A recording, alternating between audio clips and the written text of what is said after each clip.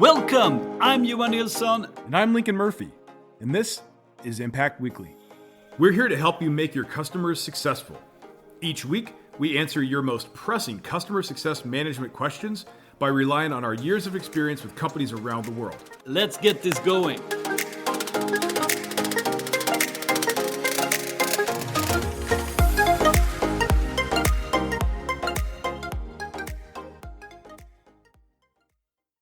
Hey, this is Lincoln. Okay, so Johan and I set out to record a standard 30-minute episode, but the topic, 5 traps for CSMs to avoid and how to actually do that, was just so fun to talk about that we ended up going over an hour. After some creative editing, we got it down to like 54 minutes, but that's still too long for one episode, so we broke it into 2. Now, the first part of our conversation where we cover traps 1 and 2 is in last week's episode. This week, we'll cover traps 3 through 5. But before we do that, before we jump into the second part of our conversation, I'll just say that much of what we touch on here is covered in depth in our next training program at Impact Academy that's all about success plans. It starts on March 4th, 2024, and a link to learn more and sign up is in the show notes or description for this episode. Okay, here we go with part 2 of this super fun conversation on the 5 traps for CSMs to avoid. Take it away, Johan. Hey everyone, welcome back to Impact Weekly. A new week, a new question. Quite fun one this time. We got this the other day. What are the biggest traps you can fall into as a CSM, as a customer success manager? And of course, the follow-up is how to get out. All right, let's get into number 3 on our top 5 list here. So number 3, the trap we see at number 3 here, and that's the trap of being the problem solver. So what's wrong with being a problem solver? Yeah. It sounds good, right? And sometimes that's even on the resume or the job ad, right? We want a problem solver. And of course, in one way, it is good to solve problems, right? But what we mean here is basically that we take problems and we solve them. That's what we do. That's how we define our work. That's what we basically, we are doing actually more of a support thing. And that's very common. And also here we see a big opportunity to where we can improve and get more out of this is one part of the job, but it shouldn't be the main thing we do. And I think there's several things here, but what very common thing here is that we can actually be solving a lot of problems, but not helping the customer be successful, right? Yeah. So that's the trap here that but I've solved, there's no open tickets. I responded to all the emails and they still are not doing great with us, right? Right. Because you're not focused on the actual reason that they signed up for our product, which is to achieve a particular goal. You solved their problems, but you weren't focused on the right thing. And what I always like to say is, okay, so you're a problem solver. What happens when there's no more problems? And I know it's like, what do you mean when there's no more problems? There's always going to be problems. No, there's always going to be things to work on with the customer. But from the customer's perspective, like you just said, we've closed all the tickets. We've done our job. Yeah. Yeah. And then now, are you communicating with the customer? Are they engaging with you? No. Then that would be an indicator that you have been positioned as simply a problem solver. So exactly, you've solved the problems and now go away. We don't need you anymore. And if another problem comes up, we'll reach out. And so you as the CSM are going, wait a minute, I'm supposed to be working with you to help you achieve your goals. Why aren't you talking to me? Because we don't have any problems right now. Right. Like, wow. Okay. And also if you're in this, if you identify very heavily with this problem solver, you will even in your outbound, in your meetings, you will look for problems. Like instead of talking about, so any more problems or is that where it's actually, if you get too much into this, you're going to be always trying to find problems to solve. And of course, the customer might come up with new problems to give you some more job, but that's not going to help them either. So this is a trap. And I think we should also, we mentioned positioning, and I think that's a big part of it, right? But it's also, of course, a mindset. Who are we? We know it's quite common that you move someone from a support role into customer success. And support is, of course, very much problem solving. And that's where where problems should probably end up. A lot of the problems should be in the support, but that's one of the challenges when you move someone from support into customer success, is that you need to basically work with them to reposition them to the customer, but also reposition themselves. Who are they? Exactly. What is their role, basically? No, it's a really good point. And considering a lot of people in customer success that end up in customer success come in from support, that mindset is very much alive, and it's something that needs to change, but it's not being recognized by, let's say, the head of customer success, and isn't seen as a negative. It's almost seen as a positive. But again, from a customer perspective, if I come in as a customer and the first thing that you say to me, let's say during onboarding, is what problems are you dealing with? Or what are your challenges? Right. So yeah, as a customer, I'm going to tell you what my problems are. I'm going to tell you what the challenges are, and let's get to work on them. Let's solve these things. And great. Okay. So we're going to get you up and running, and we're going to focus on getting those problems solved. And there we are. And then what happens is exactly what we were just saying. Like, the customer starts to stop engaging because with you, not necessarily with the product, but they stop engaging with you because those problems are being solved. Those challenges are being met. And now they don't need us anymore. And so when you're trying to get them on a call, maybe you want to do a QBR, talk about their business, talk about that kind of stuff, they're like, nah, I'm good. I don't need to talk to my problem solver about my business goals. Yes. And this is a problem long-term. So the way so you talked about positioning. Positioning is such a huge deal. I think it pretty much is in every one of our traps here, that we're positioning us as the CSM or other people, could be other people in our customer success organization or other people in our company, are positioning us the wrong way in our customer's mind. And so positioning is just that. It's the position that we hold in our customer's mind. So if they see us as a problem solver, when there's no problem, no acute issue, whether it's a business issue or a technical issue or whatever, if there's nothing that they perceive as a problem, then they don't need us. Okay. Yeah. So what we need to do to break out of this is, and this goes back to, don't get in that chokehold in the first place. So early on, we need to make sure that we're positioning ourselves, and ideally everybody else is positioning us correctly, but we can't always rely on that. So we have to make sure that we're positioning ourselves in a way that isn't as a problem solver. Exactly. Customer comes to us, they say, I have these problems, I have these challenges, or they don't say anything, and we're going to start the conversation with them. We start with, what are your goals? Or here's the goals that I got from sales. Let's discuss those. And now we're understanding what their objective is, what their time frame is. We understand the why behind that. And then we say, let's start to put together a plan to get you there. And maybe I'm going to talk to you about the onboarding plan, and then let's talk about adoption and stuff like that.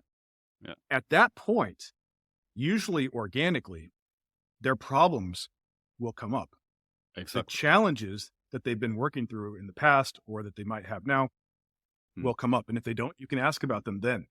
But you've already positioned yourself or your team or whatever as, we're here to help you achieve your goals. Working through the problems and those challenges is just usually an early step to get past on your way to achieving your goals. So that's when we talk about positioning, stuff it doesn't take a long time to do this. It's just making sure you're basically starting things off the right way. So start with the positive, focus on their goals. And if they say, no, we have these problems, we have these challenges we want to work on, and say, we'll get there. But I'm here to help you achieve your goals. Right. And you can say, once we get past those problems and those challenges, then we're going to be able to help you achieve your goals. So we'll deal with those, but let's start with your goals so I can really understand what your priorities are. Like, you may have to reframe that, but if you do that, you're going to be positioned in a way that is much more valuable to the customer. Exactly. Long-term, certainly, but even in the short term, they're not just going to see you as just a transactional problem solver. Right. And a tactic there also to emphasize the positioning is to actually, I think we mentioned it even in the last episode too, even if you're going to solve the problems that come up, to pass that along to the support inbox, to say, send those into the inbox here, or I'll hand them over to my colleague here in support. also to emphasize that you're here to talk about goals, you're here to talk about their business and to strengthen your position there as well. Right. Yeah.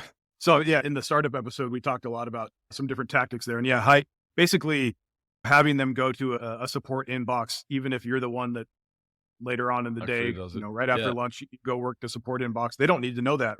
But yeah, look, your problems are going to get solved. It's just that they're going to be solved on the way to achieving your goals. And that's what I'm here to do for you. Okay. So that's a big one. This is again, one of those that if we solve for it, the potential impact of this is massive. That this is a big deal. All right. Number 4. Yes. Hope is your strategy. The trap is that hope is your strategy. And if you're a head of customer success, this might manifest as, I hope my CSMs are doing the right thing. If you're a CSM, it might be, I hope that email that I sent my customer worked. And that's it. I hope that this thing happened. I hope that this had the desired effect. Yeah. That is not a strategy. Though I think hope is not a strategy is actually a book, if I remember correctly. I think I saw that once.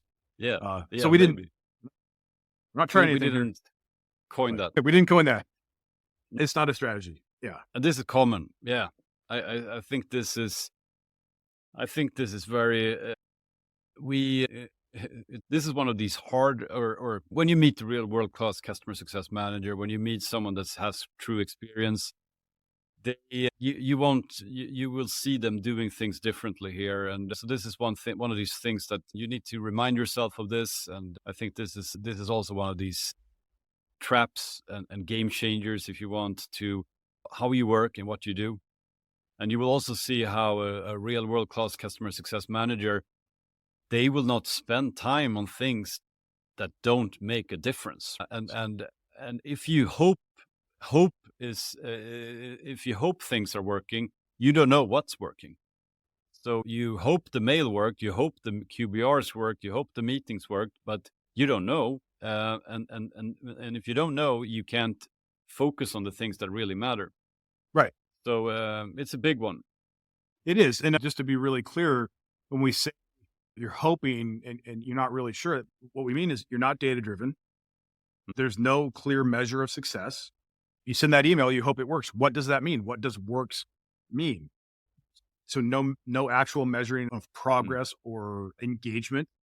Yeah. But to your point, world-class CSMs in either on their own or certainly in world-class customer success management organizations, everything is data-driven.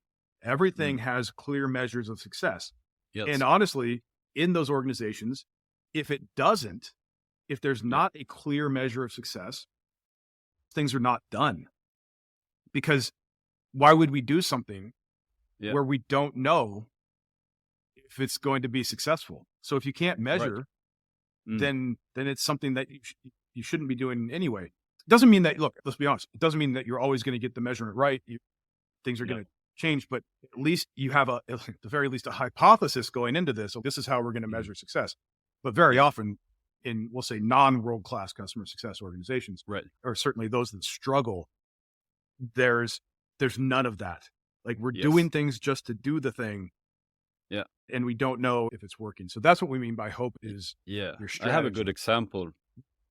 A very common an example of this is like you have this at-risk customer, and you have a meeting with that customer. You have a meeting, and the meeting goes really well. You have the right people in the meeting. You have a super you talk about all the things you want to do and the next steps and what they're trying to achieve. So you go back to the office and you are really happy and you had this great meeting, right? And then you leave it at that, right? That's a quite common situation. And we had this good meeting and nothing happens after. And that's like leaving it to hope. What a meeting is the starting point, but the finish line is that we had progress. They started to doing things in the platform. The things we agreed on, we actually set those up. They are on the path to their next goal here. That's type of things. That's when we actually have had an impact, and that's a result from the meeting, of course. Absolutely, and that's so. that's a great example. And again, you can just leave it there, or you can have very clear next steps, what the follow-ups are going to be, what progress milestones we're going to have to move through. We have that success plan in place. By the way, we have success plan training coming up at Impact Academy. Oh, yeah. That just popped into my head. That's something I need Yeah. to remind everybody of. That's coming up, I think, March 4th, 2024, Yeah. if you're listening to this anytime around when we publish it. And basically it goes into all of this. But the point is, if you just have a meeting and that meeting could be great, to your point, and sometimes you feel really good. You're like, oh, that was great. Yeah. And then nothing happens. No, that is just the starting point. We have to have a plan. We have to have progress milestones. We have to have that joint accountability. Ideally, you're coming out of that meeting saying, here's what we're going to do. Here's what you're going to do. And if we both do what we say we'll do, then you will make your way through these progress milestones, and you will do so on the appropriate cadence in order to achieve your objective in the time frame that you've laid out. And we know that if they don't do these things, that we're going to follow up and we're going to intervene to try to get them to do these things. And that's all very clear. That's very different than just going in and having a good meeting and then everybody says, all right, awesome. And then we disperse and nothing happens. So it's really in that follow through and the planning. Exactly. And joint accountability, right? I think that's the joint accountability is probably it's the glue. glue. The hope thing here. Yes. Because if we work with that in the right way, we can also make demands on the customer.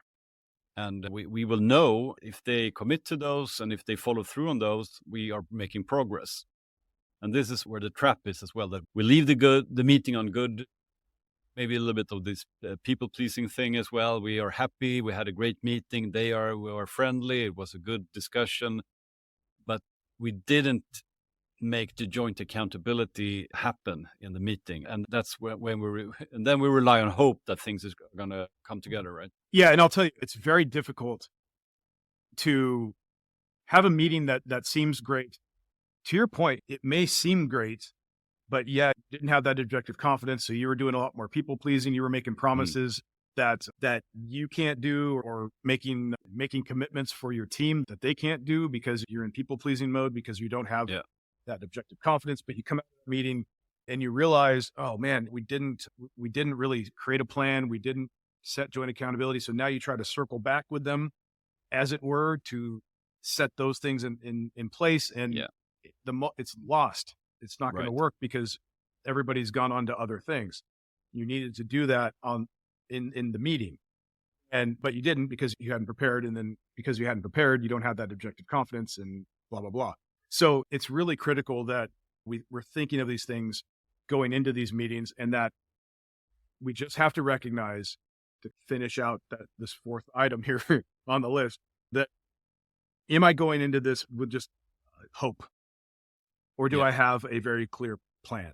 If I don't have a very clear plan, I don't have clear measures of success, I don't have understanding of what joint accountability is going to be depending upon the situation, I need to maybe not have that meeting, because it would be worse to have it than to postpone it and do it right at a later date. But this is one of those traps that, again, if we can figure out how to solve for this, avoid this trap, the potential upside of this is substantial. So this is a very impactful one. So I think everybody can probably relate to this, that you're hoping things are going to work out. It's a much better feeling to be in control and having early signs that things are moving, and also having clear actions what to do if they're not. So you can basically see that the follow through is going to happen here. Yeah. So, on that point, I think it's important also, it popped into my head as you were saying that, is by its very nature is like, it's a positive thing, right? We're looking at things in a very positive outcome. And because of that, we're not planning for any deviations from a plan. We're not planning for any potential negative outcome here. And not only are we not creating a plan to move us forward, because we're also not putting in place any sort of contingency plan or any intervention plan. We're not managing expectations with the customer that, look, if you deviate from this plan, you might not reach your goal. We're just saying, hey, we're good to go. Let's in this meeting and go our separate ways and everything's going to be great. So that's you brought up something really interesting there, just that hope being a like a positive way of looking at things, which I'm not trying to say that you want to go in with a pessimistic view on anything, but you can't be so positive that you forget that that things might not work out, and we need to have those contingency plans in place and those interventions, and that we need to make sure we're properly managing expectations. Yeah. Cool. That was number 4. So heading into number 5 here. So number 5, the trap, it's doing everything the customer demands. So the trap is basically that we believe the customer is always right. And what we mean here is basically, I think I've seen this in many times. It's an example from, I can take an example from us, Start Deliver. So a lot of times we have a customer that has a quite strong opinion on what a good health score is for them. And of course, sometimes they're spot on and they know exactly, they got it right. But a lot of times they're not on the right path. And a risk here is, of course, that we only take what they say and we just implement it. And actually that's not gonna serve them. It's not gonna help them achieve their goal, which might be to work with Start Deliver and do customer success properly. And we might set them up actually to fail with us by just doing exactly what they want. Sometimes it's that they're too ambitious and they don't have that quality in the data.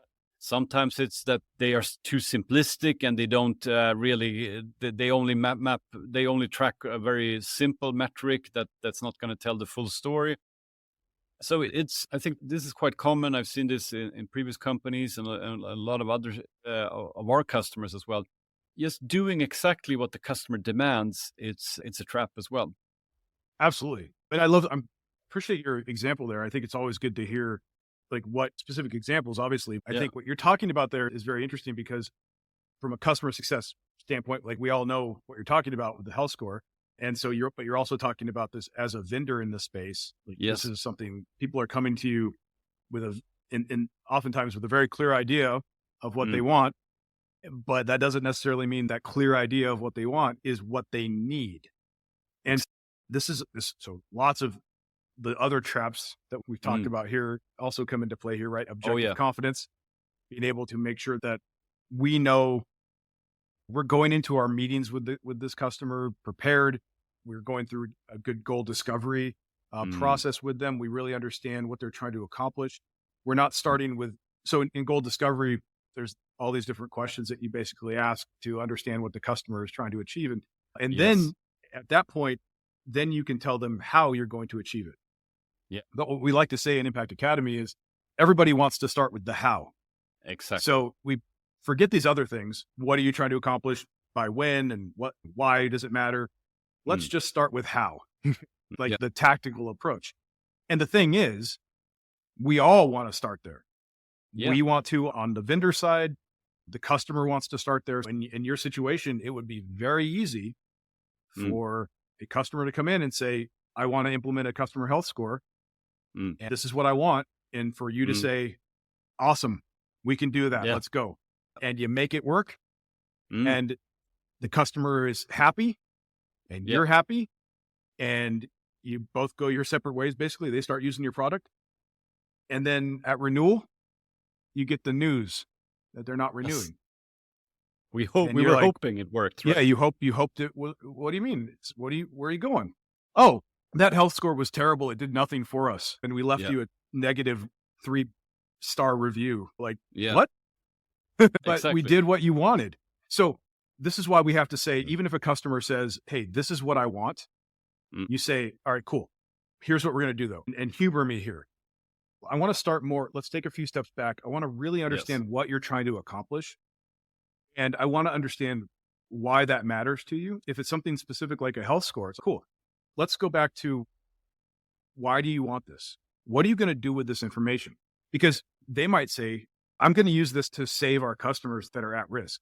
So going back to that first trap of spending all of our time just trying to save customers, a health score is not just to figure out who's like on the verge of churning, they could be looking at this very narrow band of this slice of the overall customer life cycle. And if you solved just for that, if you said, okay, we'll put this together, you've solved just for that. Now they are going to be in that trap of only focusing on the customers that are at churn, which we know is those super low percentage activity. And now we're setting them up for failure. So we have to understand what they're trying to solve for. And then we can say, look, I'll tell you, it could do that for you, but this is that you're basically, what we're doing is we're setting you up to get into that chokehold. Exactly. I want to set you up to avoid that chokehold altogether. And so let's look at this holistically and go back to the beginning and say, what could we put in place that would, yes, allow you to see who's at risk, but also look to see who's maybe on the verge of being at risk or moving in a direction they need to not be going, so that we can intervene early and avoid that altogether. So I think it's all these traps actually almost stack up and allow you to be in a situation where you just do what the customer wants and not necessarily what the customer needs. But if you avoid those other traps, you're going to be in a better position to be able to say to the customer, that's actually not going to help you do what you need, what you've just told me that you need to do. So what you just told me that you need to do, that is really not going to be the best thing for you. And in fact, if we operationalize around that, like, I think it's setting everybody up for failure. To tell a customer that, to tell a customer that requires that objective confidence. Exactly. Right. Yeah. This is such an important one. And I really appreciate your perspective on it, because in customer success, we know that there are so many different ideas around just about everything in customer success. Nobody even agrees what customer success is, but especially things like health scores. People are going to be coming to you with whatever permutation of a health score in their mind. Some of that's great. Like you said, it might be perfect, but you should always still check just to make sure it aligns with what their actual goals are. Yes. Right. And so that's a great example. I appreciate you sharing that. Yeah. And I think definitely it's a lot about objective confidence here, and also about we are the experts in our product, but we're also experts in how we can help our product achieve the goals of the customer. Yeah. And I think sometimes we forget that, and we basically just want to implement and do the how. And I think we mentioned it already, but I think that's one of the parts of this trap. And they are all interlinked, I think, these traps, and objective confidence is one of the foundations to get out of them all, I would say. It is. And I think I don't think we planned it that way. Honestly, we just came up with a list of 5 traps, but they are all connected. And the objective confidence one is so important. And I'll tell you, especially when somebody comes to you, like using this example, somebody comes to you and maybe they are a perceived thought leader, or they've been around a long time and they're working at a company now, and the company signed up to use your product, and they think they know everything, and you're going to be working with somebody that has a very strong opinion. And this isn't just customer success, it's anything, right? Yeah. You're not trying to combat that. You're not trying to fight that, but you might need to move the conversation in a way that gets them to see that what they're trying to do and what they're telling you they want to do are maybe at odds. It's very difficult to just like out subjective confidence somebody. You can't out sociopath a sociopath. So what you need to do sometimes is be able to, that's where objective confidence really comes into play. That knowing why you're here, being clear on on you as an individual contributor, like your qualifications and everything, but also your training, your product is hopefully you think your product is the best on the market, that your product is the right one to solve this issue. So you have that sort of that baseline there. Plus you've done the prep work, right? Yeah. You've done all of this. And so when you go into that meeting with someone with a very strong opinion on something, you are able to not talk them down, not talk over them or anything like that, but just be able to speak very clearly and very deliberately about what it is that they need to do in order to achieve the goal that they've laid out there. Objective confidence is required there, because even people who are always confident. There's just some people that seem like they're confident no matter what. Yeah. When they're met with somebody who has that equal amount or greater of subjective confidence, somebody's going to lose that battle, and it becomes a battle of wills. And it's just, we don't want to be in that business. We want to be in the business of, I'm here to help. Here's what I can do. And I'm going to lay that out for you very clearly. And it's going to start by me discovering what you're trying to accomplish. Exactly. And then we can go to the how. Yes. All of this is so critically important. And I have to make one more plug for our success plan program coming up at Impact Academy, because it's a 2-week intensive training that goes into all of this, like how to actually put this in place. Whether you do that or not with us I'd love it if you were there, but at least take what we just covered here and apply this. Because if you can solve for each of these traps and avoid them, man, you're going to be in such a better place. You're, as an individual contributor, or if you're head of customer success, your team is going to thrive versus what they might be dealing with if they're falling into any of or all of these traps. Yeah. No, absolutely. And I think number one, what we did today with these traps is to make you aware of them. And number two, we gave some high level solutions. But number three here, take action now. Sign up for the fundamentals. You will get some stuff there, but definitely check out the Success Plan program. We also have some upcoming programs that cover other areas as well. But you can do a lot by just fixing these things, actually. Totally. Great. So that's the 5 traps. Great question. Thank you for sending that to us. And thanks everyone for listening, and see you all soon. Hey, Lincoln here again. I hope you enjoyed this episode. Don't forget, traps 1 and 2 were covered in last week's episode, so go back and listen to that if you haven't already. And remember that our Impact Academy training program on success plans starts March 4th, 2024, and a link to learn more and sign up is in the show notes or description for this episode. Talk to you next week. Hey, thanks for listening. Do you want to bring your customer success to the next level? Check out Impact Academy. We have training programs for customer success managers and for leaders in customer success.